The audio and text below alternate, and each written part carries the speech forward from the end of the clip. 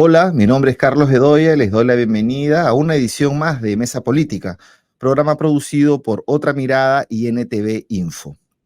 Después de más de 10 días de las elecciones generales en Venezuela, la búsqueda de la verdad electoral sigue siendo el fiel de la balanza de un lío que tiene alto calado internacional.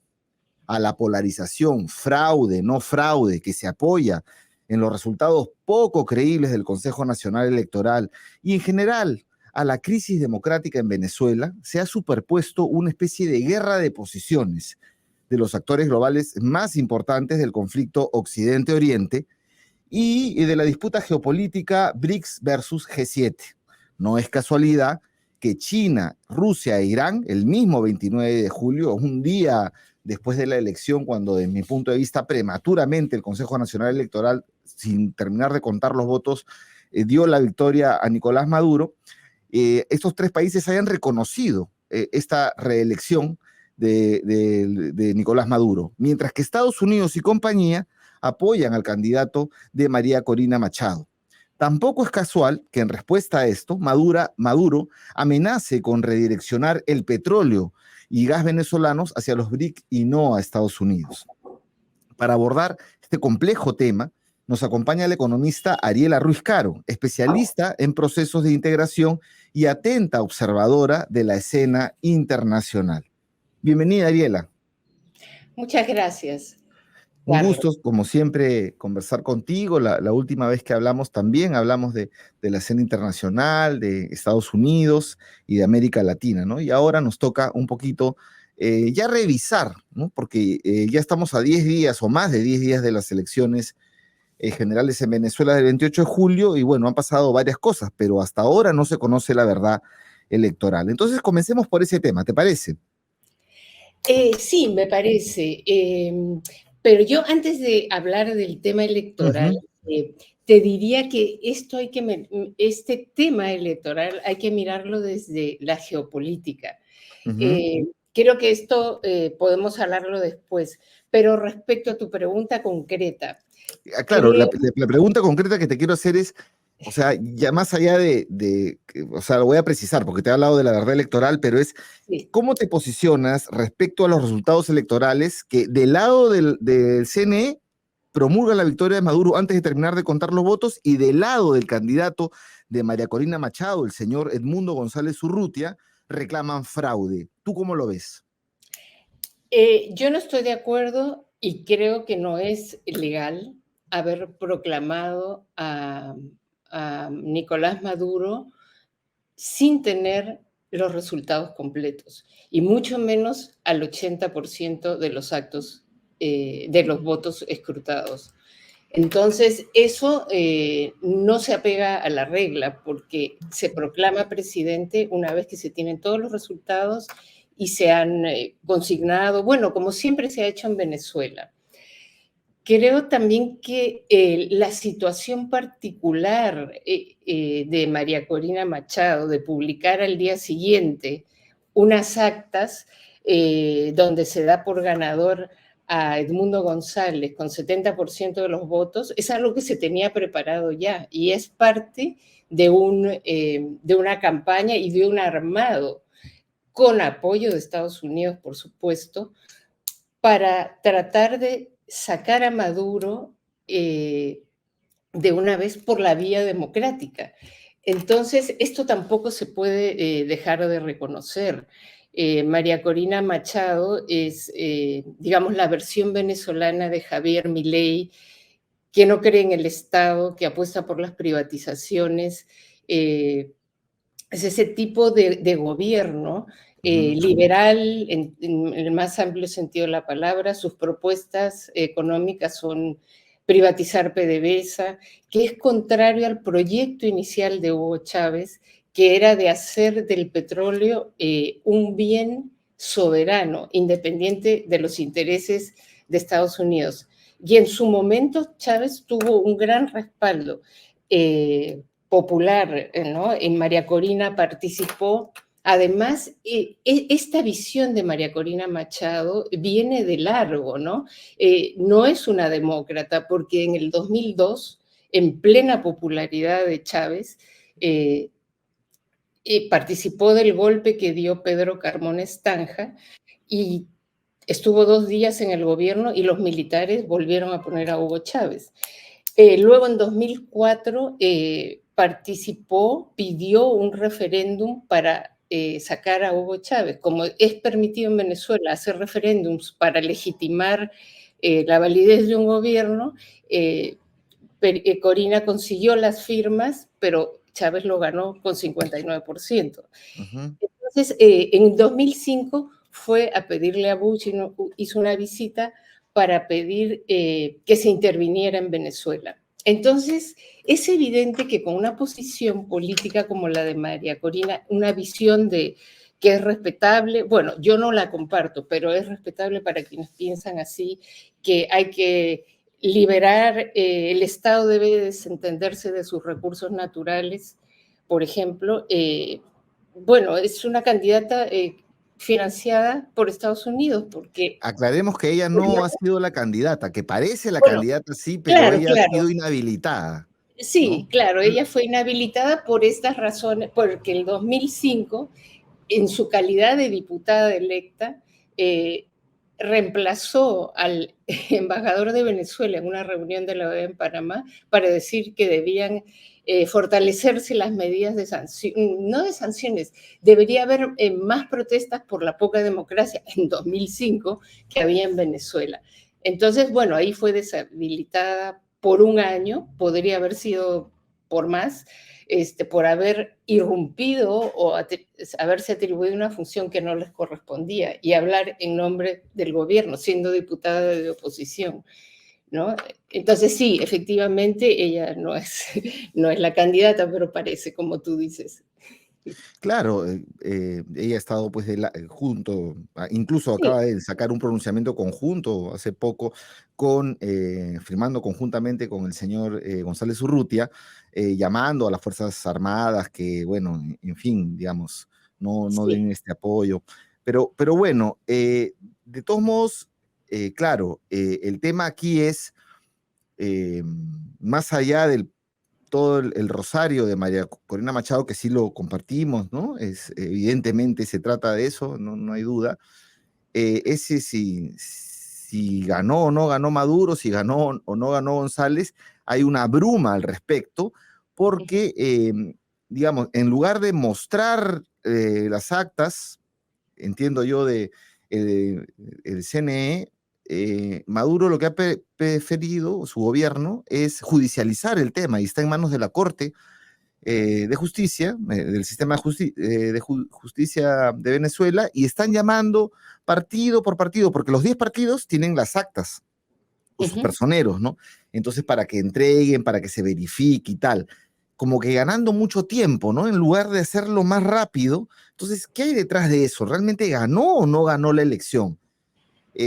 Algunos ellos señalan y que Ujú. dicen no, que lo defina el sistema de justicia, que esto ha sido entrampado por la oposición, pero bueno, parece ahí que se está ganando tiempo, se le reconoce presidente prematuramente, lo que más Sí. ya pues llama la atención, Ujú. y yo ahí me pregunto pues, ¿qué incentivos tiene un gobierno que controla todas las instituciones del Estado en Venezuela, que controlan todo, Ujú. de aceptar una derrota electoral?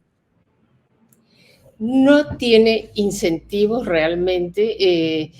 Estoy de acuerdo que haber judicializado esta votación se debe únicamente al supuesto hackeo, donde se supone que el Tribunal Supremo de Justicia va a emitir un veredicto sobre esa imposibilidad del Comité Nacional Electoral de determinar el resultado final ese mismo día, como siempre lo ha hecho en estas elecciones. Entonces, sí, hay una bruma de sospechas. Yo no tengo elementos para decir que es un fraude, pero parece que sí hubiera sido un fraude.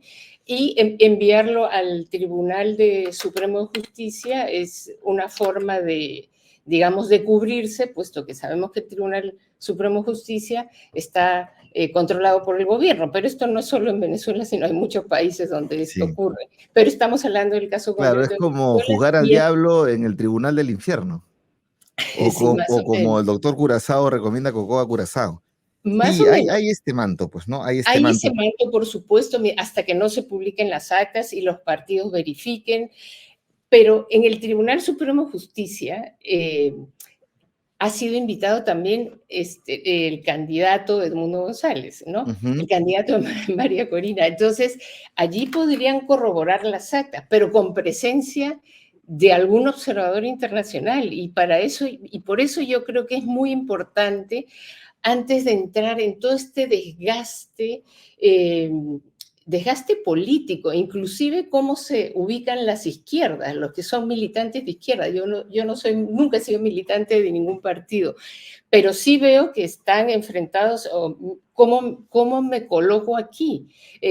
¿Apoyo, no apoyo? Y entonces esto es un drama en toda la región, porque los divide, ¿no? Entonces, algunos tienen este discurso, ¿cómo se diría? Un discurso revolucionario comercial casi que repite más o menos el mismo rollo, pero por otro lado tenemos una avalancha de los medios de comunicación tradicionales que tampoco son reveladores. Entonces yo creo que esta conversación es un esfuerzo por reflexionar sobre una realidad compleja que de verdad no tiene una respuesta, digamos, muy Ujú. certera, pero creo lo que se puede decir por ahora es que la presencia de México, Brasil y Colombia es fundamental. Ahí En vamos a entrar la, en un ratito, vamos a entrar un ratito, sí, pero solamente para dar un poco de información, efectivamente sí, días después el CNE terminó de hacer su conteo. En Venezuela pues tienen un sistema doble, ¿no? El sistema sí, digital, las actas son digitales, pero también tienen las actas, digamos, físicas, que cada mesa la tiene y esas son las que tienen los partidos y hay que corroborar. Y ujú, que el CNE nunca es que haya publicado las actas físicas, sino siempre ha publicado las actas digitales y todo el mundo podía contrastar, digamos, en los que tenían las actas, los partidos, contrastarlas, ¿no? Y después terminó de hacer el conteo, ya hace unos días se ratificó que Maduro ganó por el 52% más o menos, y la oposición y María Corina Machado con su candidato tuvo el 43%, y al respecto, más bien la oposición, el candidato González Urrutia, tiene su propio conteo, sus propias actas, donde dice que él ha ganado por 67%, que originó que Estados Unidos lo reconozca, después diga que no, pero están en ese impasse, vamos a entrar a eso. Pero antes una pregunta que tiene que ver con la crisis democrática que hay en Venezuela, ¿no? Y yo pregunto si esto se puede agudizar. Hemos visto la represión, ¿no? Hay muchos dicen, no, fue el primer día. Incluso escuché una entrevista de Atilio Borón que dijo, eso fue el primer día, el lunes, el martes, todos pagados, financiados por Estados Unidos para hacer los desmanes. Yo sería, no sé, bueno, no sé si nombrarlo así, pero en todo caso ha habido varios muertos, ¿no? Y entonces, ¿es posible que el autoritarismo o el gobierno autoritario de Nicolás Maduro pase a ser una dictadura abierta o entre en un camino de dictadura abierta? Eh, yo creo que Venezuela ha sido forzado a tener un régimen que no es una democracia formal como es la de Chile, Uruguay, etcétera, Ujú. sino que es un régimen autoritario con mecanismos de democracia formal para validar el gobierno. Venezuela se ha recostado, es un gobierno, régimen le llaman descalificativamente, aunque no tiene nada de descalificativo, cualquier gobierno puede ser calificado de régimen. Es un gobierno cívico, militar y policial, como lo ha definido Maduro. Ese es el régimen que lo tienen definido así. Y si puede convertirse en una dictadura, probablemente dependiendo de cómo se vayan desarrollando las fuerzas, cómo se posiciona Estados Unidos, pues si lo van a invadir, cerrará las libertades que existen, ¿no?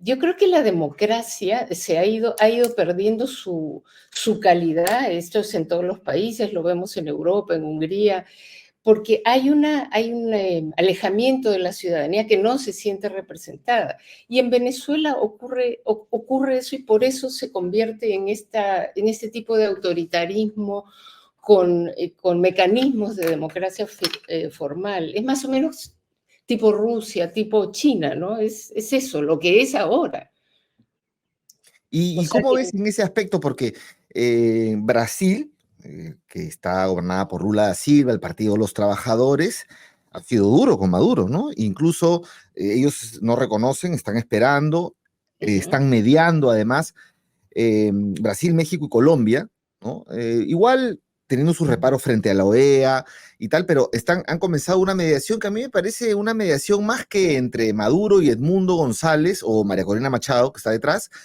eh, Creo que ellos no dan la talla ellos para tener una negociación, sino son como que, digamos, la otra parte, ¿no? Pero detrás de eso me parece que es una negociación más con Occidente, que estábamos hablando, China, Rusia, Irán, Turquía, reconocen a Maduro, lo felicitan por su reelección, su segunda reelección, y en el caso de, más bien de Brasil, México y Colombia, ellos dicen, no, momentito, tenemos que ver aquí y inician como una mediación con el propio Estados Unidos, tanto así que en el Departamento de Estado reconocen a sus pares de la región y le agradecen a Brasil, Colombia y México por entrar en una mediación, por estar ahí ayudando, conversando. Entonces, bueno, América del Sur ahí tiene un tema, ¿no? Se está trasladando el conflicto global al escenario sudamericano. Ya tenemos el puerto de Chancay, que es una cuña que tiene muchos intereses de Brasil y China, que es una plataforma logística que desplaza a Los Ángeles, que permite una entrada directa a China a Sudamérica. Eh, para el intercambio, además que China tiene muchos intereses en América del Sur porque necesita recursos naturales, más todavía por su cambio de matriz energética. Además, estamos en una especie de guerra de posiciones. Entonces, Brasil está muy interesado en el puerto de Chancay, pero tampoco puede pelearse a dos manos, tiene que mediar en lo de Venezuela. Están más en el juego grande, ¿no? ¿Tú cómo ves esto, Adiela? sí, por supuesto. Venezuela es el escenario, el epicentro de esta pugna de grandes hegemonías o de construcción de un régimen multipolar que hunde al régimen unipolar donde prima Estados Unidos. Pero no solo es en Venezuela, digamos, es el epicentro, pero en América del Sur y en Centroamérica también. La presencia china es muy importante. La franja y la ruta de la seda, este proyecto chino, está muy presente en la región para construir puertos profundos, digamos, la tecnología digital 5G, la instalación de cables marítimos por fibra óptica. Eso es un problema para Estados Unidos y Estados Unidos ha presentado durante el gobierno de Trump la iniciativa América Crece, condicionado a que América Latina ahuyente, sí, textual, ahuyente los capitales chinos y sobre todo que no se contrate a la empresa Huawei para contratar la tecnología 5G por los peligros que representa para la región, para el hemisferio, el espionaje de parte del Partido Comunista Chino. Ese es ya. Bueno, pero los países no les preocupa tanto esto del espionaje porque todos espían, y si no, recordemos a Edward Snowden, ¿no? Claro. De la NSA, que de la Agencia de Seguridad de Estados Unidos, ¿no?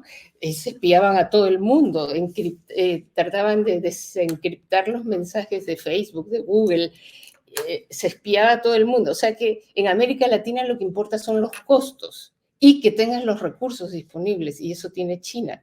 Pero no dio resultado la iniciativa América Crece, y entonces Biden presenta nuevamente otra propuesta en el mismo sentido, aislar a China de la región, que es la Alianza para la Prosperidad de las Américas.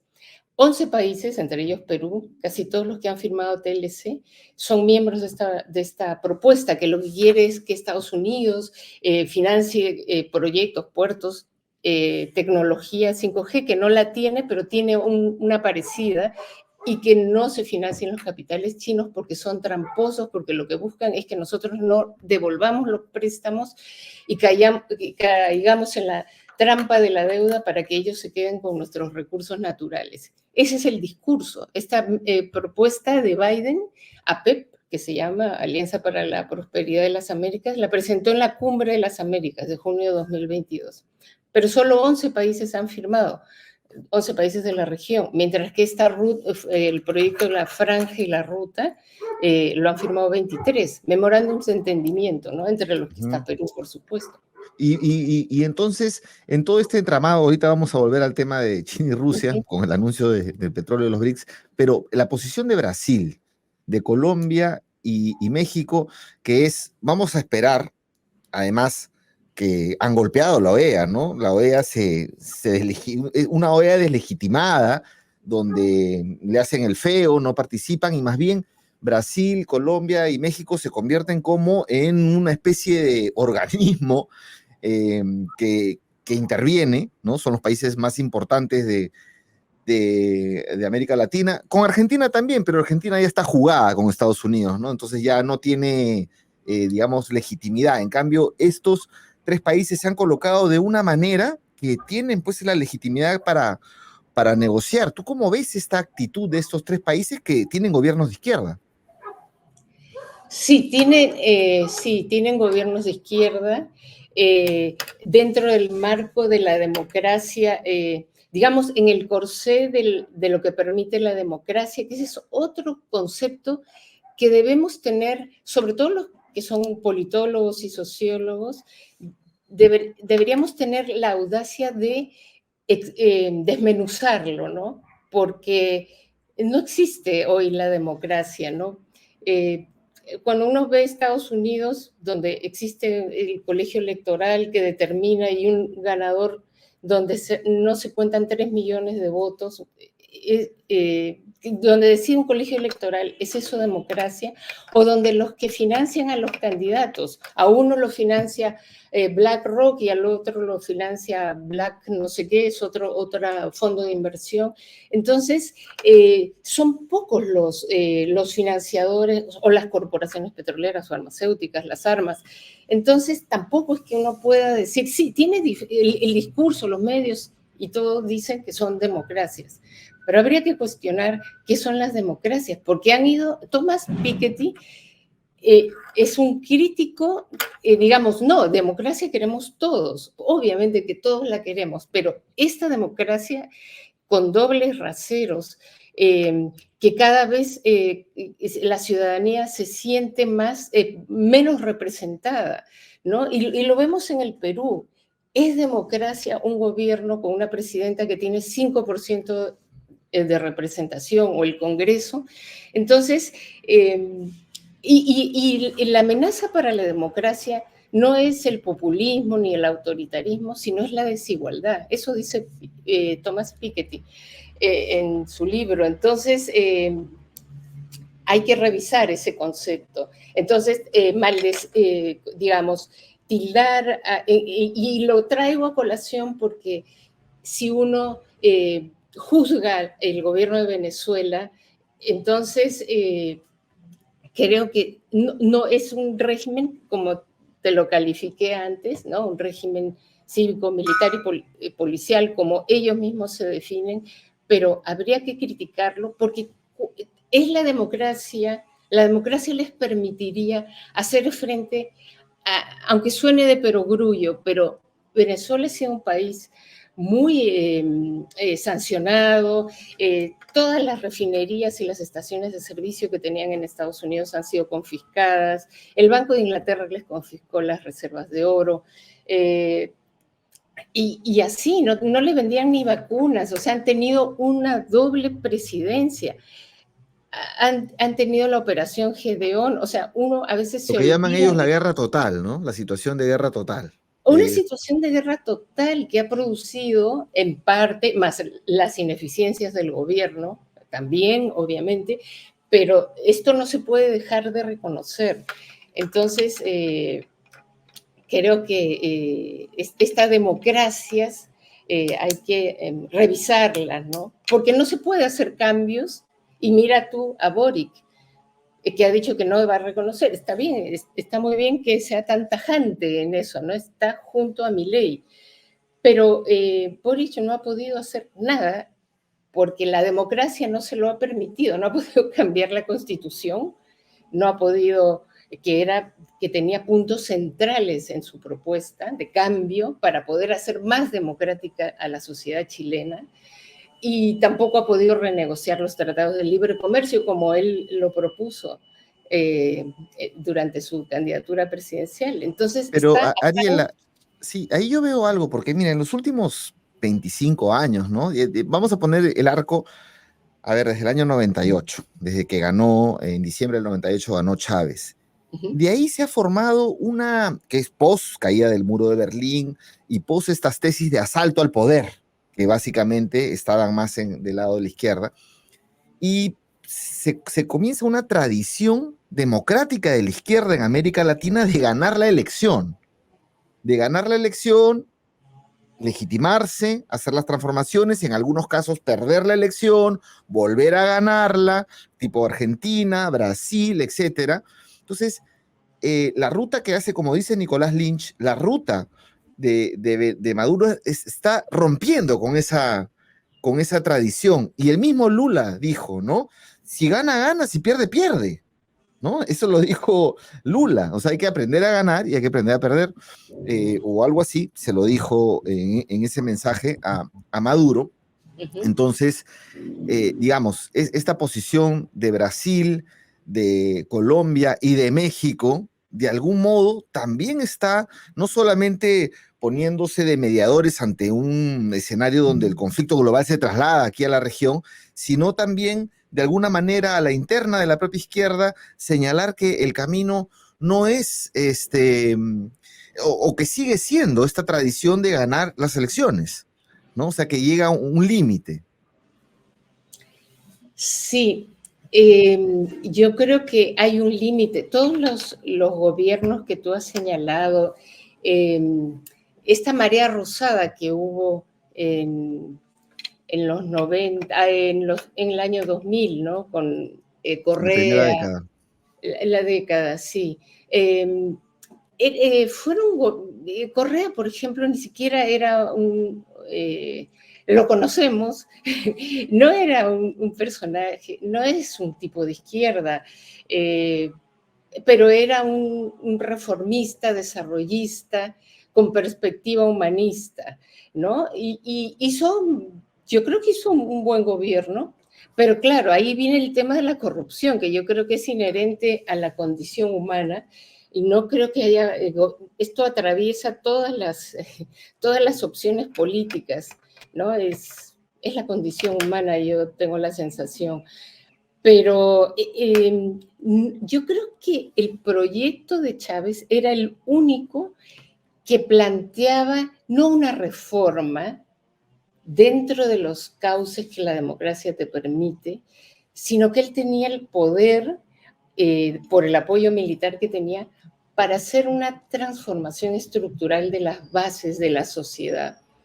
Chávez no surge o sea, lo veo retrocediendo porque es que entrar en el fraude, no fraude, sí, es espantoso la trampa, ¿no? Eh, pero creo que es ese origen que ha tenido muchos sabotajes de afuera, como lo dije antes, esto es algo que hay que recordar para poder analizar la realidad actual, ¿no?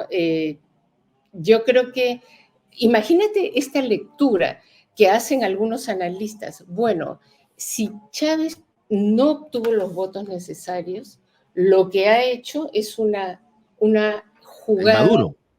perdón, Maduro, una jugada institucional para ganar la elección, porque no sabemos si Lula, Petro y AMLO van a reconocer lo que diga la institucionalidad en Venezuela, porque probablemente lo que diga es que efectivamente se produjo un hackeo y por eso no,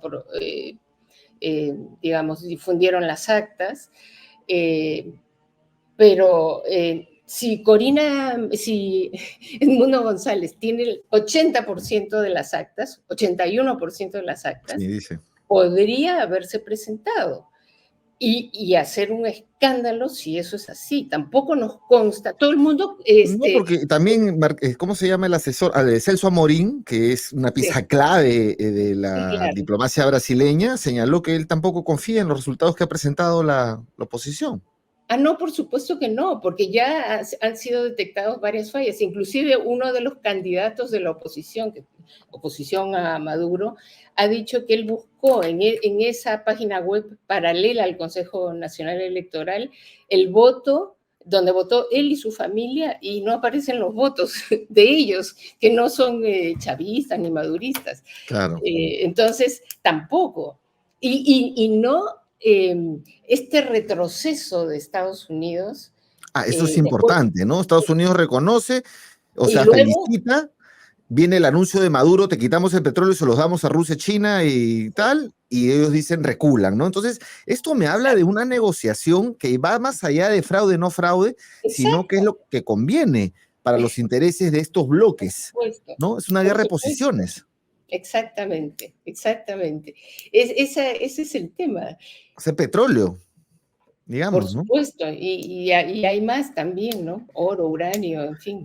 Claro, litio, Sí, efectivamente, es un país riquísimo, sí, Venezuela, y no podemos abstraernos de la disputa que originan estas riquezas, ¿no? Entonces, exactamente, sí lo que sabemos es que en pocos meses pues hay elecciones en Estados Unidos que no conviene para nada, sería un desastre para toda la región, una invasión, empezaría una guerra sin fin en Venezuela y que traería muchos mayores costos de todo tipo para América Latina y no creo que después de Afganistán, después de todo lo que ha habido Estados Unidos, se metan a un lío de ese tamaño y además después de donde está, Ucrania, después de Ucrania, claro, ¿no? Sería, no va por ahí, entonces creo que se abre el tema de la negociación y que incluso para algunos intereses norteamericanos es más potable negociar con Maduro o ponerlo en la banca y negociar bien con él y reconocerlo una vez más, o reconocerlo, que lo que podría ser pues un gobierno del señor Edmundo González, que me imagino haría una reforma para que María Corina sea vicepresidencia y renunciaría, como lo ha contado Atilio Borón, en eso estoy muy de acuerdo con él, es ella, ¿no? Es ella la jefa. Entonces, este cambio en Estados Unidos, que además trae el cambio en Argentina y tal, nos habla de esa tensión global, ¿no? Y los demás países de América Latina como que están ubicados distintos, ¿no? Por un lado, Cuba, Honduras, Bolivia, que ya totalmente maduro, entonces ya marcan posición, sí. se deslegitiman para cualquier mediación, y Chile por su lado que está más con la posición cercana, como tú le señalas, Argentina, Estados Unidos, también se deslegitima y solo quedan estos tres países que de alguna manera están siendo el fil de la balanza. Totalmente de acuerdo. Tienen una posición eh, decisiva en ese baño, en evitar un baño de sangre en Venezuela, con un tremendo impacto en la región, sobre todo en Colombia, también en Perú, porque más migración Wow, sí. ya no es tolerable. Sí, creo que tienen, lo que no sé es si el retiro de Estados Unidos de este reconocimiento, porque ya, si le felicitas la campaña exitosa, le ofreces cooperación, eso fue un reconocimiento, Sí, eso es un reconocimiento. Y lo mismo la canciller Diana Mondino, que dijo, no tenemos ninguna duda, nadie tiene ninguna duda de que el candidato Edmundo González ha ganado. Nadie a los 2 días de la elección, cuando 47 países han reconocido al gobierno de Maduro, o sea que nadie, claro, y mucho cinco, menos al otro, ¿no? Y con exacto, retrocesos, además. cinco, Cinco, claro. y dos que han reculado. Sí, totalmente. Quizás podría deberse también a que esas actas presentadas por la oposición de Edmundo González no son tal como, basta que tú encuentres que 10% de esas actas son porque no sabemos qué es lo que han presentado tampoco.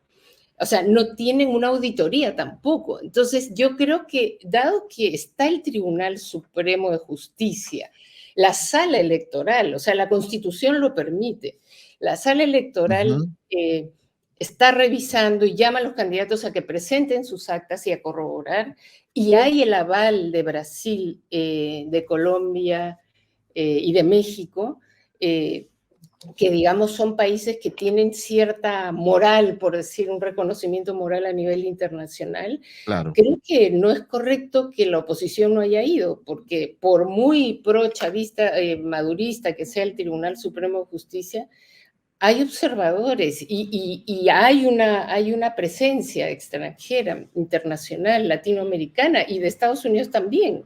Entonces, no solo es el ofrecimiento a los BRICS, sino que los resultados de Edmundo González podrían no ser correctos tampoco. Hay Claro, tres hay fórmulas, ¿no? Hay unas fórmulas de mediación, unos dicen nuevas elecciones, otros dicen gobierno de transición, pero los puntos críticos son que el no negociable de Maduro es salir del poder, ¿no? Eso no es negociable para él, está no. clarísimo, y es más, para entrar a la negociación se hizo promulgar, y en el caso de la oposición ellos no quieren ir a una nueva elección, ellos dicen que han ganado, ¿no? Entonces es como medio punto muerto. Pero volviendo al tema internacional, Rusia está tomando un papel en este tema. Hemos visto las declaraciones de Putin, reconociendo el aliado que es Venezuela y que se respeten las elecciones sin que nadie se meta. Y de otro modo, o sea, ya avalando el resultado que avisoran definitivo que va a ser pues la victoria de Maduro según el Tribunal Supremo, casi que no tengo dudas al respecto. Y además un buque, submarinos que están rusos en puertos venezolanos, también habla de que esto tiene que esto tiene un calado bastante grande. El petróleo, el anuncio de que los yacimientos se van para los BRICS. Entonces es un complejo, es bastante complejo y peligroso para la región, ¿no? Es peligroso para la región en este momento de disputa, eh, eh, digamos, Occidente-Oriente, ¿no? OTAN y Oriente o algo así, ¿no? Entonces es complejo.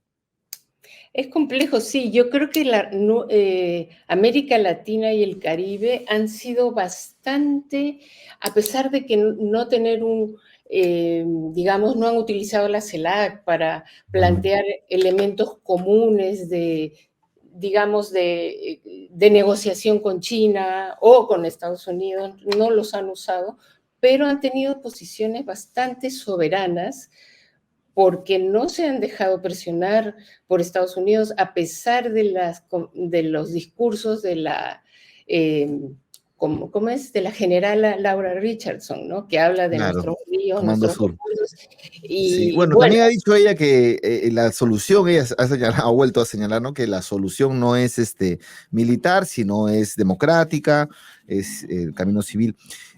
Bueno, Ariela, hemos como que ya tocado varios temas y lo que podemos tocar, porque todavía eso está en pleno desarrollo. en pleno Entonces, desarrollo. si yo quiero finalizar, porque pues nosotros tenemos una postura, digamos, progresista, izquierdista, nos ubicamos en ese espectro, por más que ni tú ni yo militemos en un partido político de la izquierda, pero nos reconocemos como personas que tienen una opción transformadora de justicia social, de inclusión política. Y conversando con Rocío Valdeavellano, una persona que tú conoces, una activista de diversas causas, ella me dijo lo siguiente, ¿no? Ella me mandó un mensaje WhatsApp y me dijo, lo orgánico para quienes buscamos la transformación social se refiere a formar parte y contribuir con los procesos reales que a ella conducen a esa transformación. Y dice, profundizando en el legado de Gramsci, no significa confundirlo con ciertas lealtades organicistas, ¿no? Que a veces pueden paradójicamente alejarnos de nuestra opción por la justicia y los derechos para todos y todas. Y dice que eso lo dedica a ella, a aquellas personas honestas que hoy sienten un conflicto interior respecto a su postura ante Venezuela y temen desde la izquierda ser críticos con Maduro, porque, digamos, una posición de izquierda que sea disidente en Venezuela son considerados fascistas, ¿no? Y en varias partes. Ojo que el Partido Comunista Venezolano, que también ha tenido un candidato, ha sacado un comunicado, un texto, una carta a los partidos comunistas y obreros del mundo, donde es completamente crítico a la actitud, digamos, de manipulación electoral que ellos llaman fraude a el gobierno de Maduro, ¿no? Entonces también hay desde la izquierda este tipo de posiciones. Entonces yo te pregunto, ¿se puede ser de izquierda y señalar, por ejemplo, como lo señala Nicolás Lynch, las insuficiencias del modelo económico venezolano basado en la renta petrolera, sin alternativa económica clara, viable, así como una afectación reiterada al pluralismo político, a las libertades públicas? ¿Se puede señalar esto sin tener temor de que te quiten tu carnet de izquierda, ¿no? O sea, que te digan, no, eres de derecha, eres de centro, caviar, que ya ves, que mira, que no tienes que ser así, la línea correcta, y entonces con mi Maduro no te metas. ¿Qué opinas? No, yo en ese sentido respeto la posición de cualquier opinión en críticas al gobierno de Venezuela, por supuesto, pero también, ¿cómo te puedo decir?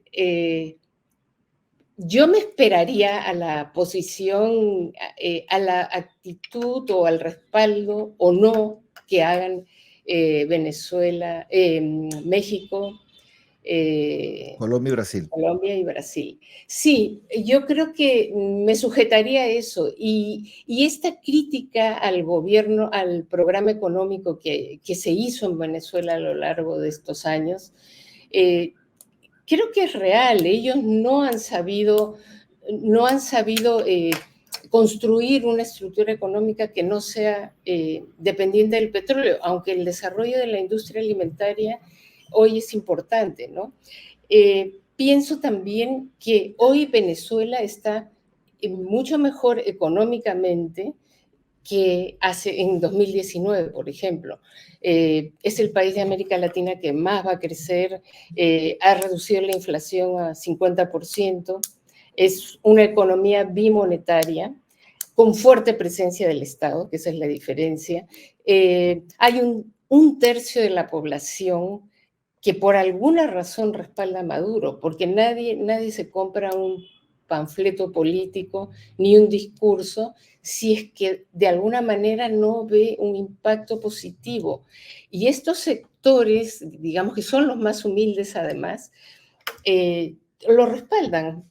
Hay un 30% de voto inamovible, esa es una realidad, ¿no? O sea, Entonces, tiene una base, ha desarrollado una base social, o sea, no solamente se apoya en petróleo y militares y policías, se apoya en una base chavista grande, en los consejos locales, las milicias, han organizado un pueblo, han ellos han organizado. construido Hay un ministerio un del pueblo poder chavista. popular, para bien o para mal, yo no conozco los detalles, pero es un proceso distinto que el de las democracias formales que ganan elecciones, pierden y hacen algunas reformas, tienen una posición internacional más interesante, pero no pueden cambiar mucho. Venezuela quizás es el único país que es capaz, porque estamos transitando, o sea, en el contexto, no estamos transitando un cambio de época, un cambio de paradigma, ¿no? Donde hay una potencia que se apaga y otras que surgen. Se apaga un mundo unipolar y aparece uno multipolar. Y es difícil colocarse en ese medio, y Venezuela es un país que es el epicentro en América Latina de cómo te ubicas en esa pugna. Y en ese contexto tenemos que como abrirnos al término democracia, entender qué es la democracia y por qué este alejamiento y esta deslegitimidad y por qué entonces la defendemos tanto. Si es casi como un cascarón, no queremos aceptar, por ejemplo, que la Tierra es redonda. O sea, son cosas para pensar. Yo no soy socióloga. Claro, sin un resultado confiable y bien puesto, todo lo demás es posición ideológica. ¿no? O sea, posicionarse de uno u otro lado es posición ideológica. Creo que Brasil, Colombia y México más bien están en una ruta correcta, correcta, coincido contigo. Y además, bueno, no sé, el imperialismo existe, el imperio existe, ¿no? Eso es claro, y el bloqueo es, como también cito nuevamente a Nicolás Lynch, es un crimen de lesa humanidad y lo debemos rechazar, pero también como él señala, debemos encontrar los problemas de los procesos revolucionarios dentro y no fuera. Y eso es, Sí. bueno, toda una discusión en política, mismo Lenin, Mao, así lo señalan. Al respecto va a salir un interesante artículo de Nicolás Lynch en breve en otra mirada. Pero bueno, en fin, Ariela, se nos está yendo el tiempo y Sí. en todo caso, en tus palabras finales. No, yo agradezco la invitación a conversar sobre este tema. Creo que es crucial para la región, para las personas progresistas, para los partidos que se consideran de izquierda. Ujú. Sí, posicionarse. Yo creo que es un reto. ¿Cuál es la posición que van a tener frente a esta crisis? Hay una crisis, sobre todo nosotros la vemos como una crisis, que probablemente en Venezuela ya las cosas estén funcionando más o menos con normalidad. Creo que las manifestaciones tuvieron lugar 2 o 3 días. Creo Claro, que no se observa, no se mide con el mismo rasero. Cuando en 2018 con el gobierno de Lazo hubo 13 muertos en 2 días, o con el gobierno de Dina Boluarte, wow. no se observa qué cosa dijimos todos. O bueno, no acá, pero digamos en América Latina, Estados Unidos, la Unión Europea. ¿Qué se dijo? Eso es una vergüenza y estamos hablando de democracia. ¿Qué democracia es esa? ¿Quién habla de los muertos que hay en Bangladesh ahora? Ujú. No sé, o sea, ese es el contexto en el que hay que analizar a Venezuela, que Claro, y quizás eso nos para los interpela más a todos, ¿no? Porque también exacto, lo mismo, quienes aquí señalan los muertos de Dina Boluarte, y eso de que se está comprobado que es del propio Estado y todo eso, también, pero tienen una posición distinta a lo de Venezuela, ¿no? así Entonces, es, se creo que escandaliza, sí, o no lo considera o lo minimiza, ¿no? Han sido lo minimiza. pagados por Estados Unidos y tal, ¿no? Entonces, uno habla con la cantidad de venezolanos que hay acá y ninguno apoya a Maduro y te pueden explicar sus razones y no todos no están Exactamente. pagados por la derecha, ¿no? Venezolana, de ningún modo. Entonces, No, es no. más, si estos venezolanos estuvieran en Venezuela, hubiese ganado lejos la oposición, no me queda duda, ¿no? O si hubieran podido Por votar, su- digamos, activamente. de acuerdo contigo. Si se le, lo que pasa es que esto es parte de la institucionalidad que hace que no se, que le pone trabas burocráticas a los Es migrantes, lo que definen las reglas, pues, ¿no? pero eso es parte de las reglas. Pero es Ujú. cierto, si tú permitieras el voto de los migrantes en el exterior, obviamente no habría posibilidad de dudar siquiera del Así triunfo. es. Bien, Ariela, yo te agradezco muchísimo Es que hayas difícil, compartido. Sí, difícil, un tema difícil, sobre todo para quienes nos ubicamos en una posición de democratización social, de justicia social, es difícil, pero yo creo que hay que decir las cosas que uno piensa y sobre todo totalmente. reafirmarnos en la pluralidad de las ideas, ¿no? Y no caer en, como dice Rocío Valdeavellano, en el organicismo, ¿no? Eso es, creo, importante y es la lección que nos permite conversar además aquí, Exacto. sin ser un comité de aplausos, ¿no? Eso que se convierte en mucha de la izquierda, ¿no? Un comité de aplausos. Entonces, Ujú. nos alejamos de esa posición aquí en NTV Info y bueno, te agradecemos mucho Ariela, y esperamos contar contigo para una próxima oportunidad. Muchas gracias a ti, Y Carlos, con como siempre. ustedes, amigos y amigas, será hasta el nuevo programa de Mesa Política. Muchas gracias.